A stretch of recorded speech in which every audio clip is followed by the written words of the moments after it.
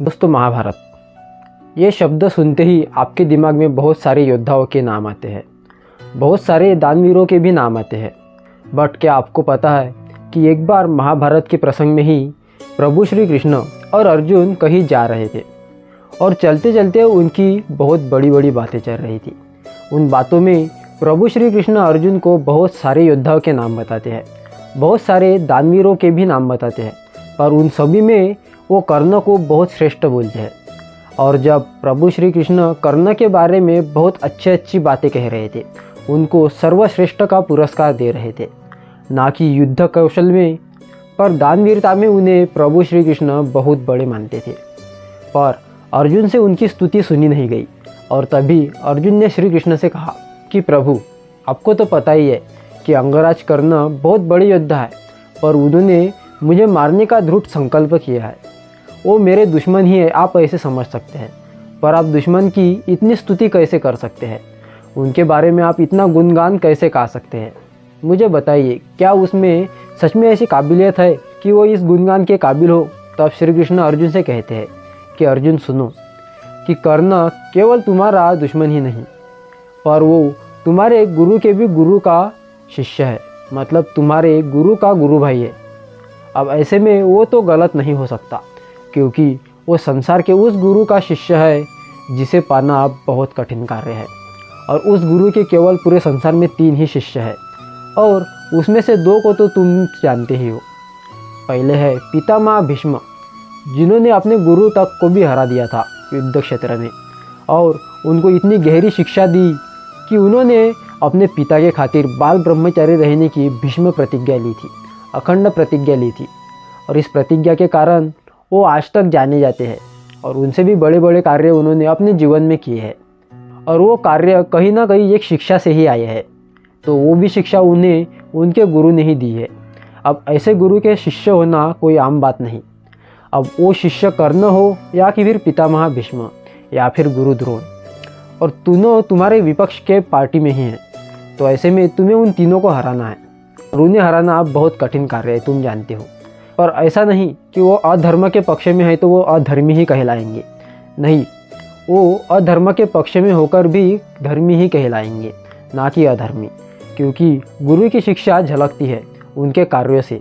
उन तीनों की तो मजबूरी है कि कोई ना कोई प्रसंग से दुर्योधन की ओर से लड़ना, पर यहाँ पे तुम तीनों को गलत नहीं समझ सकते। तीनों काफ़ी बड़े योद्धा है, ना कि वो योद्धा है बल्कि सर्वश्रेष्ठ पुरुष है इस युग के। अब इस युग में वो तीनों सर्वश्रेष्ठ है, ये तो तुम मानते ही हो। और ये मेरे कहने से सिद्ध नहीं होता, मैं तुम्हें ये सच में सिद्ध करके दिखाता हूँ कि मैं कर्ण की इतनी स्तुति क्यों करता हूँ, कि सबसे बड़ा दानवीर का चिन्ह, सबसे बड़े दानवीर की जो शैली है, मैं कर्ण को ही देता हूँ। ऐसा क्यों? तो चलो मेरे साथ, मैं तुम्हें ये सिद्ध करके दिखाता हूँ। तो प्रभु श्री कृष्ण अर्जुन को एक जगह पर लेकर जाते हैं। वहाँ पर पूरी खाली जगह थी। वहाँ पर श्री कृष्ण अर्जुन से कहते हैं कि तुम वो पहाड़ देख सकते हो जिसमें केवल सोना ही सोना है। तो प्रभु श्री कृष्ण अपने पावर से, अपनी एनर्जी से वो पहाड़ तैयार करते हैं और अर्जुन को दिखाते हैं।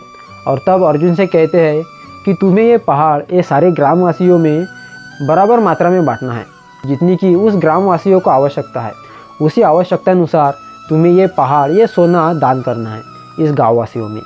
तब अर्जुन जब उस सोने के पहाड़ को देखता है तो उसके मन में भी लालसा उत्पन्न होती है, पर फिर भी प्रभु श्री कृष्ण ने कहा है तो वो उस सोने के पहाड़ को टच करता है, छूता है, और वो लालसा उसके अंदर झलकती है। तब वो मन ही मन सोचते हैं कि काश ये पहाड़, ये सोना मेरे पास होता, पर कोई नहीं, मुझे प्रभु श्री कृष्ण ने दिया है तो मुझे ये बांटना ही पड़ेगा। तब प्रभु श्री कृष्ण उनके अंदर की वो भावना पहचान लेते हैं, और अर्जुन सारे गाँव वासियों को वहाँ पर बुलाते हैं, और वो सोने का पहाड़, मतलब उसमें कि सोने के कुछ टुकड़े बांटने लगते हैं। और कुछ देरों बाद अर्जुन बहुत थक जाते हैं। थकने की वजह से वो श्री कृष्ण से कहते हैं कि प्रभु, मैं बहुत थक गया हूँ, अब मुझे थोड़ी विश्रांति की ज़रूरत है। मैं विश्रांति करने के पश्चात ये सारे गाँववासियों को ये पहाड़, ये सोना फिर से बांटने लगूंगा। तब श्री कृष्ण कहते हैं कि नहीं पार्थ, तुम यहाँ पर गलत हो। तुम्हारे अंदर उस पहाड़ को, सोने के पहाड़ को देखकर बहुत लालसा उत्पन्न हुई थी, ऐसे से तुम तो दानी नहीं हो सकते। यहाँ पर कोई भी आएगा तो उस पहाड़ को देखेगा तो उसके अंदर एक लालसा उत्पन्न होगी।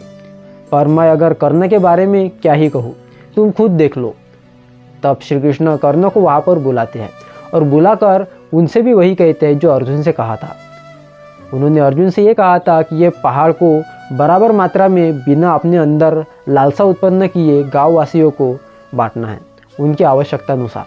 तब कर्ण प्रभु श्री कृष्ण को नमन कर कर उस पहाड़ के पास जाते हैं और वहाँ पर संपूर्ण गाँववासियों को बुलाते हैं और कहते हैं कि प्रिय गाँववासियों, ये पहाड़ मुझे प्रभु श्री कृष्ण ने दिया है आपको दान करने के लिए, और ये सोना मैं आपको आपकी आवश्यकता अनुसार दान करूँगा।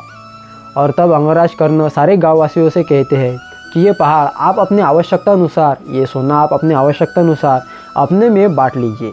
तब सारे गाँववासी उसे ले लेते हैं और कर्ण उसे छूते भी नहीं और अपने अंदर कोई लालसा भी उत्पन्न नहीं करते। तब अर्जुन उनको देखकर मन ही मन में कहते हैं कि अद्भुत, इस सोने के पहाड़ को देखकर अपना मन में थोड़े से भी लालसा न लाकर इसको दान करना बहुत बड़ी बात होती है। सच में कर्ण बहुत महान है।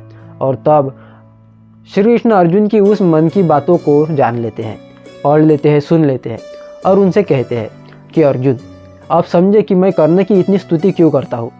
वो सच में दानवीर कर्ण है। और ऐसे से अर्जुन ने मान लिया था कि कर्ण सच में बहुत बड़े दानवीर थे, बहुत बड़े दानवीर राजा थे। पर उनके युगों ने उन्हें वो मानने से इनकार कर दिया, क्योंकि उन्हें पता था कि कर्ण अर्जुन का दुश्मन है, वो उन्हें मारने की कोशिश करेंगे। तो वो इस बात को मन में ही दबा लेते हैं, उसे पूरी तरीके से नहीं मानते। और इस तरीके से प्रभु श्री कृष्ण ने अर्जुन को कर्ण ही सबसे बड़े दानवीर है ये साबित कर दिखाया था। दोस्तों, अगली वीडियो में मैं आपको ये बताऊंगा कि प्रभु श्री कृष्ण ने कैसे अर्जुन को बताया कि कर्ण बहुत बड़े योद्धा है, संपूर्ण पुरुष है, उन्हें हरा पाना इतनी आसान बात नहीं, उन्हें छल से ही हराया जाएगा। ये सारी बातें मैं आपको अगली वीडियो में बताऊंगा। तब तक के लिए राधे राधे।